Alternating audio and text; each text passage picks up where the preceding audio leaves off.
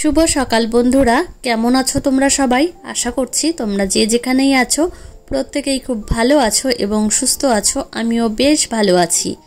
বড়দের অনেক প্রণাম এবং ছোটদের অনেক স্নেহ জানিয়ে আজকের ব্লগটি এই সকাল থেকেই শুরু করছি। এখন ঘড়িতে সময় সকাল 8টা। রান্নাঘরে এসেই প্রথমে চা তৈরি করে নিলাম। 3 কাপ চা তৈরি করেছি আমার জন্য, শাশুড়িমার জন্য আর শ্বশুরমশাইয়ের জন্য।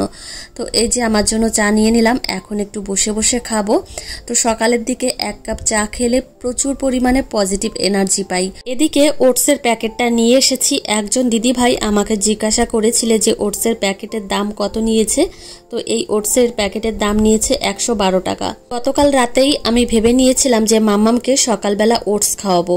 তো আগের দিন রাতেই কিন্তু আমি ভেবে নিই যে সকালবেলাটা মামামকে কি খাওয়াবো, এতে কিন্তু আমার অনেকটাই সুবিধা হয়। এদিকে ওটসটা আমি একটু হালকা করে ফ্রাই করে নেব, বেশি না, হালকা মতো।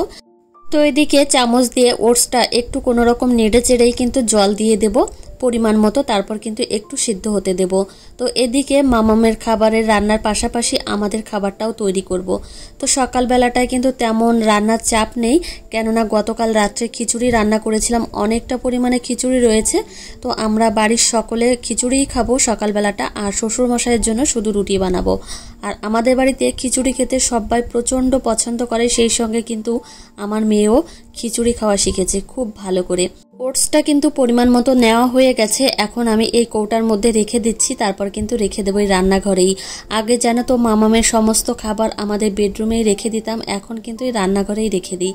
তো এই যে দেখো ওটসটা রান্না করা হয়ে গেছে। এখন এই পাকা কলা দিয়ে আমি এই ওটসটা খাওয়াবো। তো চিড়ে যেভাবে খাওয়াই সেভাবেই কিন্তু ওটসটা খাওয়াবো।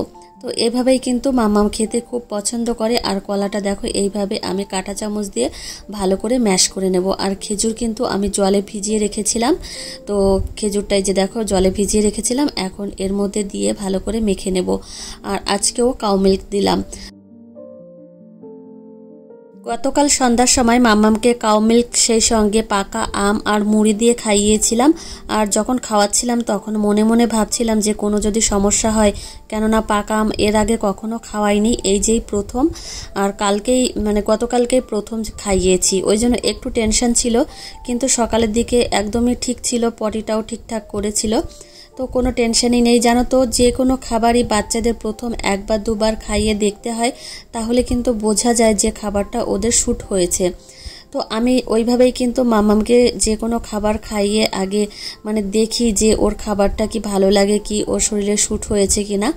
তো যাই হোক, পাকা আমটা কিন্তু ভালোই শ্যুট করেছে, ওকে এখন মাঝে মধ্যে কিন্তু খাওয়ানো যাবে। এদিকে তোমাদের সঙ্গে কথা বলতে বলতে কিন্তু রান্নাবান্না সমস্ত কিছু হয়ে গেছে। এদিকে এখন আমি রান্নাঘরটা ক্লিন করে নিচ্ছি। তো সকাল সকাল কিন্তু এই কাজবাজগুলো একদম কমপ্লিট করে তারপর কিন্তু যাব। মাম্মাম আজকে সকালে ঘুম থেকে ওঠেইনি, তো 9টা বেজে গেছে, এখনও ঘুম থেকে ওঠেনি। কি বলো তো, গতকাল রাত্রে তোমাদের দেখিয়েছিলাম 12টার বেশি বাজে, জানো তো, প্রায় 1:45 বাজতে আসলো, তখন রাত্রে ঘুমিয়েছে। তো ওই জন্যই কিন্তু দেরি করে ঘুম থেকে ওঠে। ওইদিকে রাত্রে বেশি দেরি করে ঘুমোয়, আর এদিকে সকালে বেশি দেরি করে ঘুম থেকে ওঠে, ওই জন্যই আমার সমস্যা হয়। তোমাদের সঙ্গে মুখে মুখে কথা বলতে বলতে আর এদিকে হাতে হাতে কিন্তু কাজগুলো হয়ে গেল। তো এদিকে বাসন কোসনগুলো মেজে একবারে বেসিনটা পরিষ্কার পরিচ্ছন্ন করব, আর থালা বাসনগুলো জায়গা মতো জায়গায় রেখে একবারে রান্নাঘর থেকে বেরোবো। আবার ঘুম থেকে উঠবে মামাম, ওকে আবার ফ্রেশ করাতে হবে, কত কাজ থাকে সংসারে বলো তো। তো একজন গৃহবধূই জানে যে সংসারে কত কাজকর্ম থেকে থাকে। তো একটা ছোট্ট বাচ্চাকে সামলে অনেক কিছুই কিন্তু করতে হয়, প্রত্যেকটা গৃহবধূই করে, কিন্তু এক একটা পরিবারে কাজকর্মের ধরন কিন্তু এক এক রকম। তো যাই হোক, প্রত্যেকেই কিন্তু কাজকর্ম করেই খায়। তো আমি কাউকেই বলবো না যে কোনো দিদিভাই বা কোনো গৃহবধূই কিন্তু কাজ করে খায় না। তো যাই হোক বন্ধুরা, অনেক জ্ঞান দিয়ে ফেলেছি।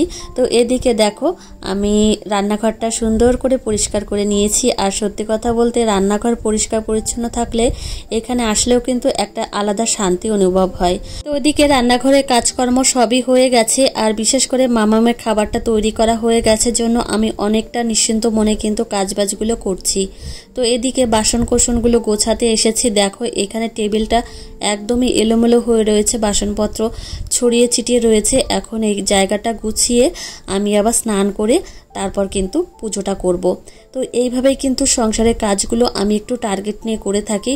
আর জানো তো সংসারের কাজগুলো যদি একটু টার্গেট নিয়ে করা যায় তাহলে কিন্তু সমস্ত কিছুই কিন্তু একদম সহজেই হয়ে যায়। টার্গেট ছাড়া কাজকর্ম করলে কিন্তু কোনো কাজই হয় না, অনেকটা সময় চলে যায়।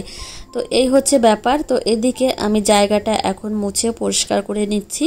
তো এই জায়গাটা জল জল থাকলে কিন্তু একদমই ভালো লাগে না, বিশেষ করে মামাম যখন ঘুম থেকে উঠবে ওকে আবার ব্রাশ করাতে এখানে নিয়ে আসতে হয়। এই জায়গাটা ভেজা থাকলে একদমই ভালো লাগে না। ওকে যেহেতু এখানে বসিয়ে ওকে চোখ মুখ ধোয়াই, ব্রাশ করাই।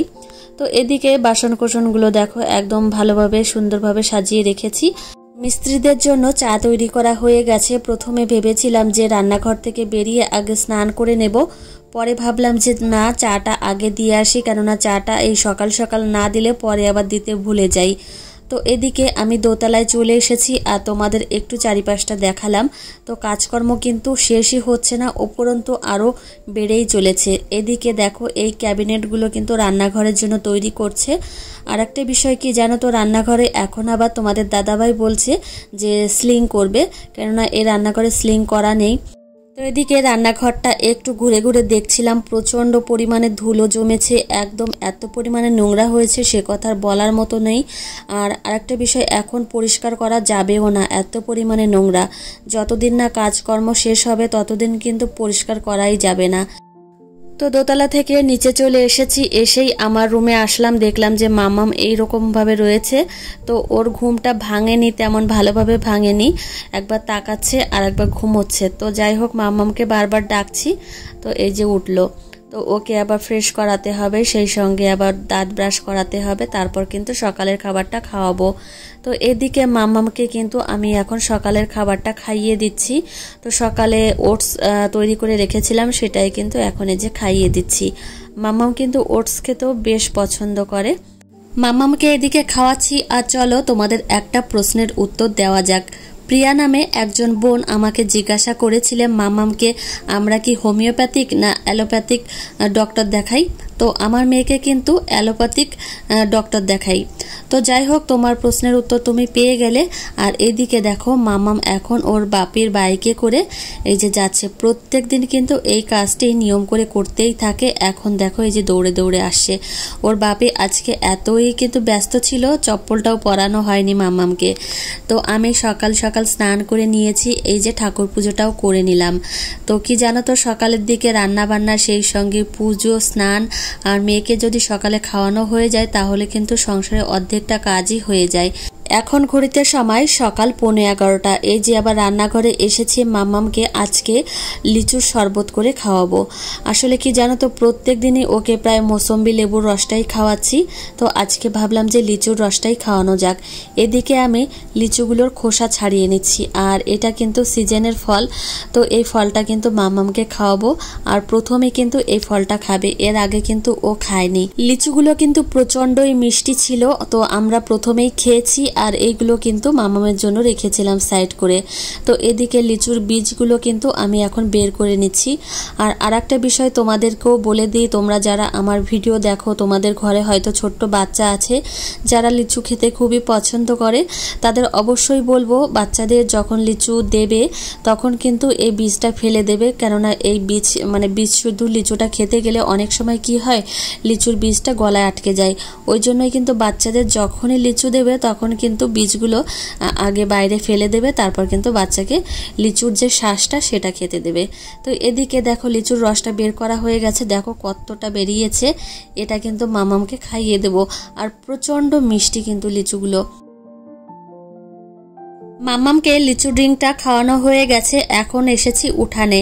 তো মামাম এখন একটু দৌড়াদৌড়ি খেলাধুলো করবে। আর এদিকে এত সুন্দর ফুল ফুটেছে, ওই জন্য তোমাদের সঙ্গে একটু শেয়ার করলাম। এইদিকে দেখো ফুরুষ ফুলগুলো যতদিন একদম গরম থাকবে, আষাঢ় মাস পর্যন্তই কিন্তু ফুল ফুটবে। তো খুব ভালো লাগে এই ফুলগুলো। তো এদিকে আমার মামাম কিন্তু এখন একটু খেলাধুলো করবে। তো এই যে দেখো, আর আমাদের উঠানটা 4 ভাগে 3 ভাগই পাকা করা, আর একটুখানি জায়গায় মাটি আছে, সেই জায়গাটা মামাম একটু খেলাধুলো করে। আর আমি মামামকে স্নানের আগে সবসময় একটু ছেড়ে দিই, ও একটু মাটি দিয়ে হাঁটাচলা করে, কেননা মাটির সঙ্গে একটু যোগাযোগ থাকার দরকার।